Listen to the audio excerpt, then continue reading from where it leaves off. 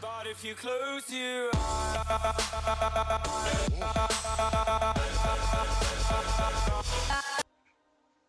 Hello YouTubers, this is StarJammer. This is a tutorial on No Man's Sky. What we got here is an exploration game, computer generated, very randomized through formulas and such, and the outcome is a really cool space exploration game. Not really combat intensive. There's no real building. There's some crafting, but it's quite limited to blueprints that you learn along the way.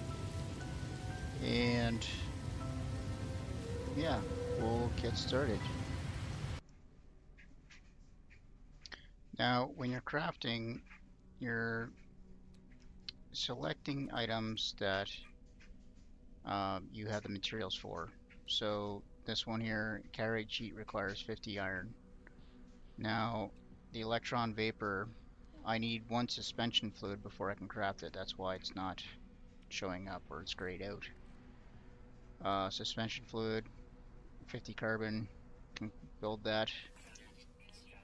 Now another open slot to craft the electron vapor, which is plutonium and 1 suspension fluid. Plutonium 100 units. Crafting that. Now antimatter.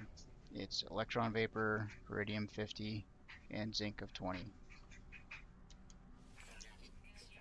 Now we can finally craft a warp cell, which is an antimatter and 100 thorium 9. Once you have the warp cell, you now can refuel your hyperdrive. 1 warp cell. Each time you use the hyperdrive, it uses 20% of the fuel, regardless of how far you go. So now what I'd like to do is show you some of the common materials that you're going to find in No Man's Sky and that you're going to use a lot of, such as the plutonium, carbon, iron, zinc, and that way you have a better understanding of what to look for and the quantities that you're going to get out of each of them. Plutonium,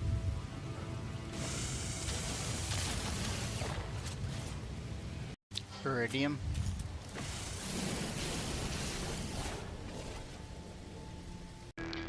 thorium 9,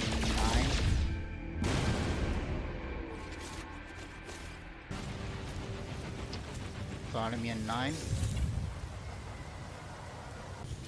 iron,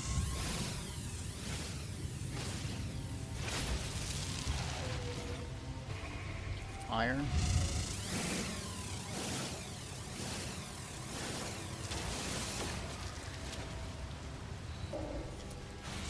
carbon,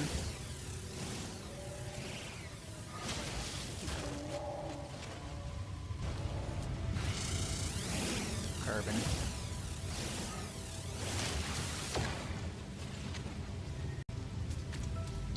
zinc,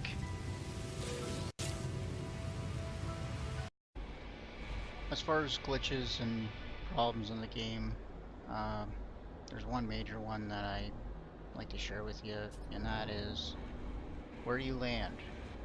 The ship moves slightly forward as you're landing and as you're taking off, regardless of what you're doing. So be careful not to land right at the mouth of the cave, because you will not get that ship out of that cave and you will have to restart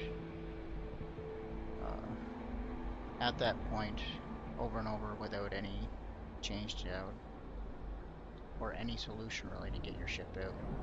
The fix is to go to a landmark or find a landmark where you can call your ship remotely.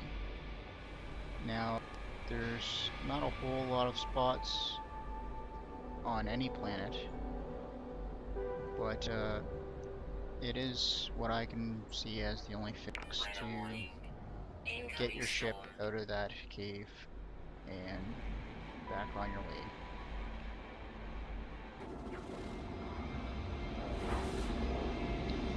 One of the best ways to get money in the game is to travel to the space station in the system that you're at and check out the Galactic Trade Terminal to see what the best prices are for things in the system are. It's going to vary from system to system as far as what's really good price. It can vary anywhere from the price of iron to the price of modules that drop off of Sentinels, like the neutrino module. So you go in and you find this Galactic Trade Terminal and just go to the sell menu and see what they have in their list. So iron's 3% greater than galactic average. And Gravitino balls 5% more than galactic average. Tracenite 96% more than galactic average, indicated by this gold star next to the ones that are really high percentages. Every system usually has one or two of these. In this system it's Tracenite, which I haven't seen any of, and the Geknip, which is a drop. It's a random trade item.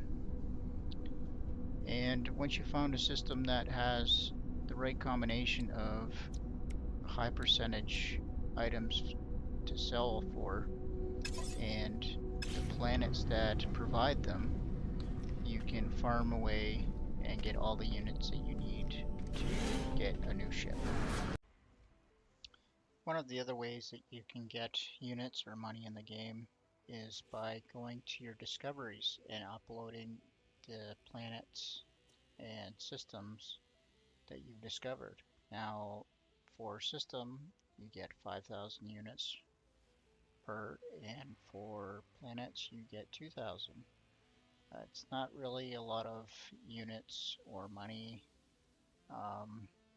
You, I find that it's much faster, and you're far better off by selling materials to space stations at the Galactic Trade Terminal, but that is this is another option for you for getting units or money in the game.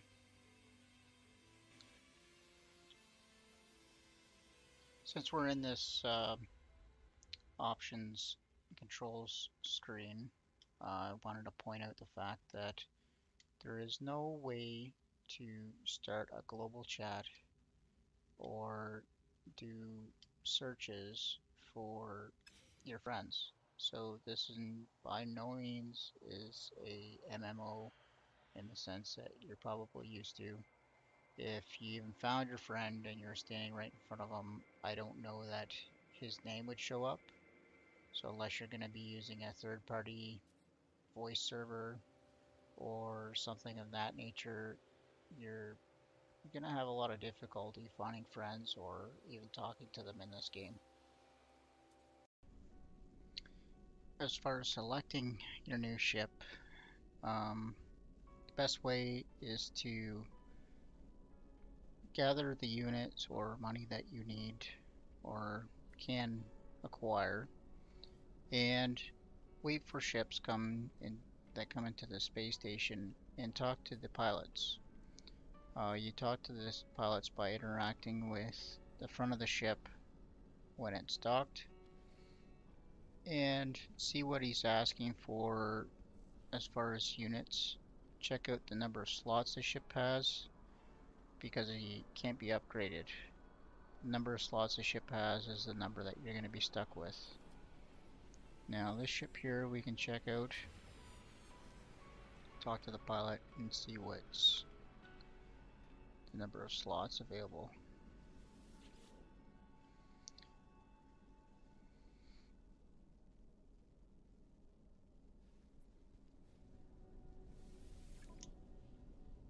So this guy's ship is 34 slots. It's got a few upgrades that are included. You can recycle these or keep them as you see fit. It has one reactor upgrade of the Sigma tier. There's a Theta, there's a Tau upgrade. I've got 2 upgrades I believe on mine. Currently it just allows you to go more systems before you need to stop and do another jump. So with each jump of 20% of your fuel, you can get farther with more upgrades in between jumps. Now he wants 24 million for this ship. Um, the number that's shown here will be reflective of your standing with that aliens faction. And this is the best way, I believe, to get your new ship. The other way would be to look for transmission beacons on the planets, and randomly you're going to find a crashed ship beacon, of which normally it is one or two slots larger or smaller than your current ship, and you're going to need a number of resources on hand or in the vicinity on the planet to repair all the modules that are damaged on that crash ship.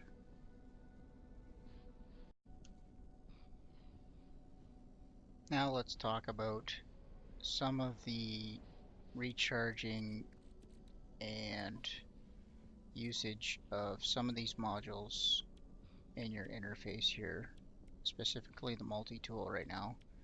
You have your bolt caster, mining beam, and if you have it installed, the plasma launcher, which is like a grenade launcher. Now my mining beam is at 97% and it requires an isotope, any isotope, to charge it. So when we click on charge, we have a selection of using materials that we have in our inventory or on our ship's inventory. So we can use carbon, plutonium, or thorium-9, it doesn't matter what. The blaster, same thing, it's just an isotope.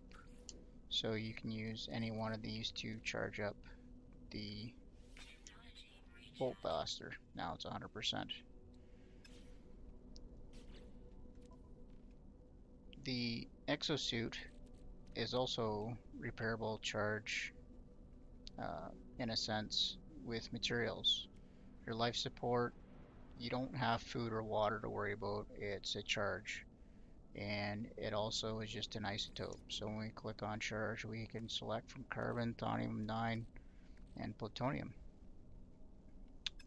The hazard protection, if you're running low on your hazard protection on a planet, you can either hide in a cave you've created, or go back to your ship for a moment in time and it'll recharge on its own.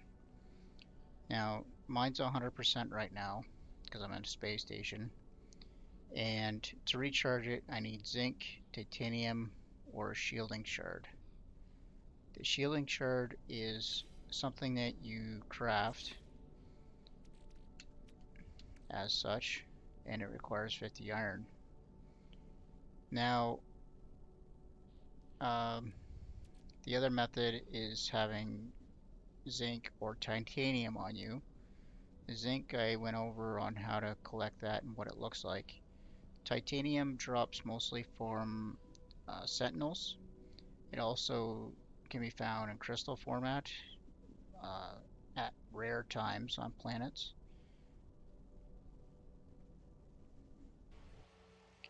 Now, for sentinels, I was just saying that you can get titanium off them.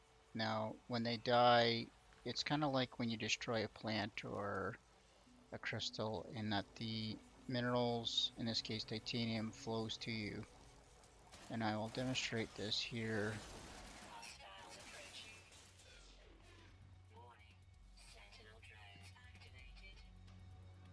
And I've got 33 titanium from that sentinel.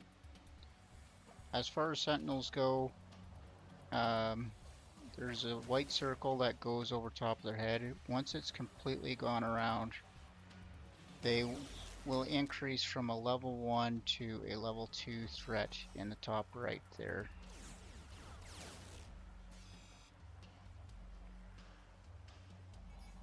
As such. So, and when that happens, reinforcements come, and I don't believe they get any harder, but they do come in larger numbers. And the level 3 threat has like a cat-like sentinel that will start attacking you with a laser versus the pulse. Now that I've destroyed all the sentinels before that timer is gone all the way around, yeah, I've gone back to a normal state. So yeah, they're not a really big threat. Some planets, it's so toxic or radioactive that not only is your environmental protection dropping in the bottom left quite rapidly, but you'll get a natural health damage as well, where your health will decrease. Both can be recovered through minerals and by hiding in caves. If you can't find a cave and you have the uh, sorry,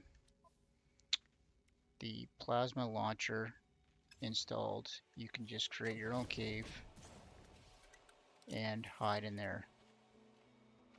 It effectively will bring your hazard protection back up to full charge, and then you can keep exploring if you care to. And this pretty much wraps up our tutorial of No Man's Sky. I hope you enjoyed it. Please leave a like or subscribe, or both. I can be reached through Steam. I have a Twitter account at StarJammerYT, and email StarJammerMail at yahoo.com. Again, hope you enjoyed it. Have a great day.